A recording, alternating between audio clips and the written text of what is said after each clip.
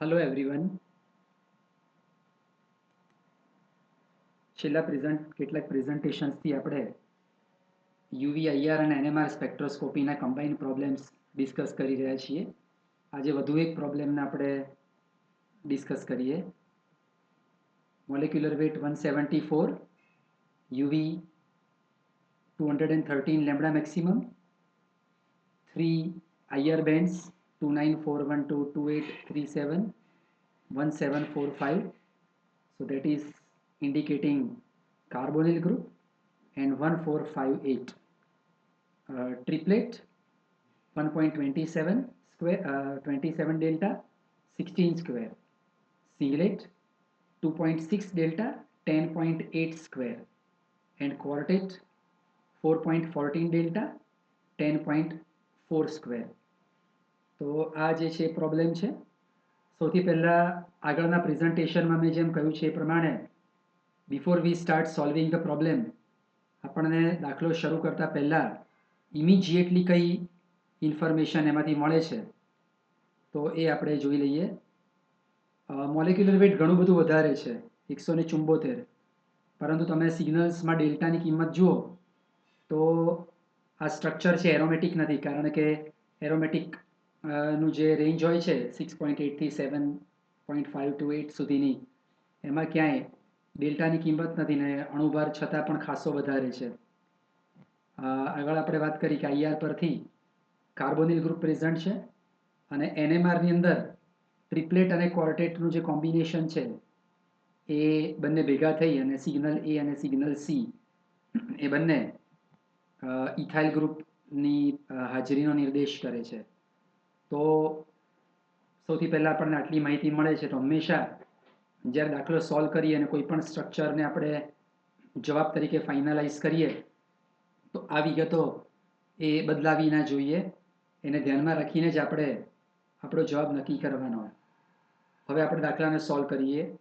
યુવીમાં lambda maximum 213 nanometre, એટલે આપણે એવું લખી શકીએ કે એ કોન્જુગેશનની ગેરહાજરીનો નિર્દેશ કરે છે. કોન્જુગેશન એટલે એકાંતરિત દ્વિબંધ પ્રણાલી. આઈઆરના 3 બેન્ડ્સ છે એને આપણે એનાલાઇઝ કરીએ તો પહેલી છે હંમેશા આપણને યાદ રહે છે કે sp3 હાઇબ્રિડ કાર્બન અથવા જે આલ્કેન જે ગ્રુપ્સ છે મિથાઇલ ઇથાઇલ વગેરે, એના સ્ટ્રેચિંગ ફ્રીક્વન્સી છે 1745, એ કાર્બોનિલ ગ્રુપ છે, અને 1458 એ આલ્કેન બેન્ડિંગનો નિર્દેશ કરે છે. એટલે આલ્કેન, અને આમે આપણે આગળ જોયું કે ઇથાઇલ ગ્રુપ છે એટલે એના કારણે આલ્કેન, સ્ટ્રેચિંગ બેન્ડિંગ અને કાર્બોનિલ ગ્રુપ. તો આટલી વસ્તુ કન્ફર્મ થઈ. હવે આપણે એનએમઆરને એનાલાઇઝ કરીએ. સૌથી પહેલા સ્ક્વેર વેલ્યુઝ પરથી આપણે પ્રોટોનનો રેશિયો નક્કી કરીએ તો ત્રણેયમાં સૌથી નાનામાં નાની કિંમત 10.4 છે, તો બધી જ કિંમતને 10.4 વડે ભાગીએ તો અહીંયા આપણને મળશે 1. અહીંયા લગભગ 1 મળશે કારણ કે 10.8 અને 10.4 છે, અને આ આવે છે 1.5 ટાઈમ્સ. એટલે પ્રોટોનનો રેશિયો તો 1:1:1.5. એટલે અથવા તો આપણે એમ કહી શકીએ કે ડબલ કરીએ તો 2:2:3 મલ્ટિપ્લિકેશન, અથવા તો 4:4:6. એ purely trial and error base હોય છે. ફરીથી આપણે જોઈએ કે સિગ્નલ એ અને સિગ્નલ સી, ટ્રિપ્લેટ અને ક્વાર્ટેટ ભેગા થઈને ઇથાઇલ ગ્રુપનો હાજરીનો નિર્દેશ કરે છે. એનો અણુભાર 29 થશે. સિગ્નલ બી એ 2H લગભગ, અને સિંગલેટ એટલે મોટા ભાગે CH2 સમૂહનો નિર્દેશ કરે છે, 14 થયા. અને સિગ્નલ સી જેની ડેલ્ટાને મેં હાઇલાઇટ કરી છે રેડ કલરથી 4.14, થોડીક વધારે છે. એટલે આપણને એના પરથી ખ્યાલ આવે કે ચોક્કસ આ જે પ્રોટોન્સ છે સિગ્નલ સીના એ વધુ વિદ્યુત ઋણમય પરમાણુ સાથે જોડાયેલા હશે, કારણ કે એની ડેલ્ટાની કિંમત મિથાઇલ અને મિથિલિનની જે સામાન્ય ડેલ્ટાની કિંમત હોય એના કરતાં થોડીક વધારે છે. તો યુવી, આઈઆર અને એનએમઆર પરથી આપણને આટલી માહિતી મળે છે. ઇથાઇલ સમૂહના 29 અને જે મિથિલિન ગ્રુપ છે એના 14. એટલે એનએમઆરનું તો અહીંયા 3 સિગ્નલ સોલ્વ થઈ ગયા. હવે આપણે જેમ દર વખતે કરીએ છીએ એવી રીતે આપેલા અણુભારમાંથી જે દાખલામાં આપેલો છે 174, એમાંથી 29 સબટ્રેક્ટ કરી ઇથાઇલના તો 145 રહેશે. મિથિલિન ગ્રુપ છે સિગ્નલ બી, એને 14 બાદ કરીએ 131 રહેશે, અને કાર્બોનિલ ગ્રુપના 28 બાદ કરીએ તો 103 રહેશે.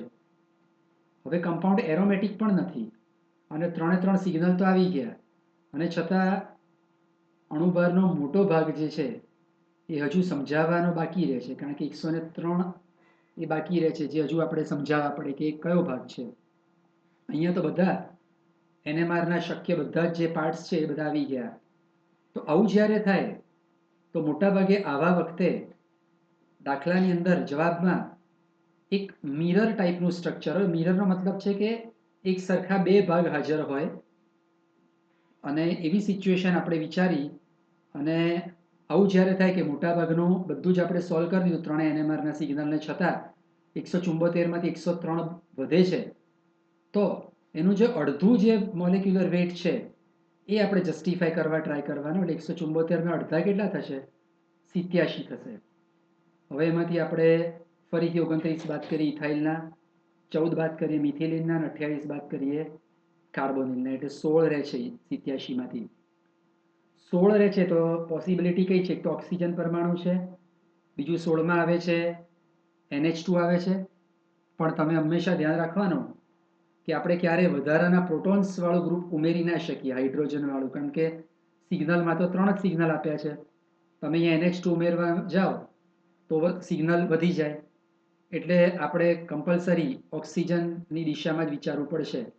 એટલે અડધો જે ભાગ થયો એમાં આટલા ભાગ ઉપરાંત એક વધારાનો ઓક્સિજન હશે, અને એ આખો જે ટુકડો બનશે એ 2 વખત હશે, કારણ કે આ તો આપણે જે સોલ્વ કર્યું 87 માટે સોલ્વ કર્યું. આપણને દાખલામાં આપેલું મોલેક્યુલર વેટ તો 174 છે. એટલે તમે જુઓ કે દાખલાની અંદર CH2 આપણું સિગ્નલ બી, પછી આ CO તો હતું ને એક વધારાનો ઓક્સિજન આપણે જોડ્યો, પછી આ CH2, અને તમે સિગ્નલમાં જુઓ કે એ ઓક્સિજન સાથે જોડાયેલું હોવાના કારણે એની ડેલ્ટાની કિંમત 4.14 આવે છે. અને મિથાઇલ એટલે પેલું જે ટ્રિપ્લેટ ક્વાર્ટેટ નું જે આવે છે ઇથાઇલ ગ્રુપ, એ થાય છે. એટલે આટલાનો ભાગ થયો 87, અને આ ભાગ ચોક્કસ 2 વખત એને જોડી દઈએ તો આખા જે સંયોજન બને છે એનું 174 મોલેક્યુલર વેટ થાય.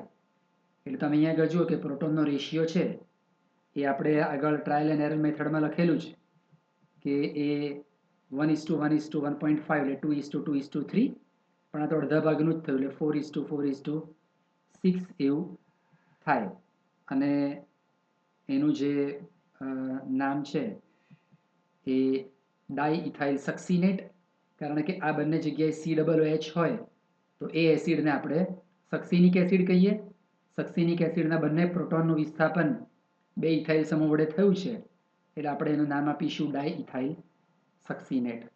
તો મિત્રો, આ દાખલામાં ખાસ જે કી પોઈન્ટ છે એ છે કે અણુભાર ઘણો બધો વધારે હતો, પણ જે સ્ટ્રક્ચર છે એ એરોમેટિક નહોતું.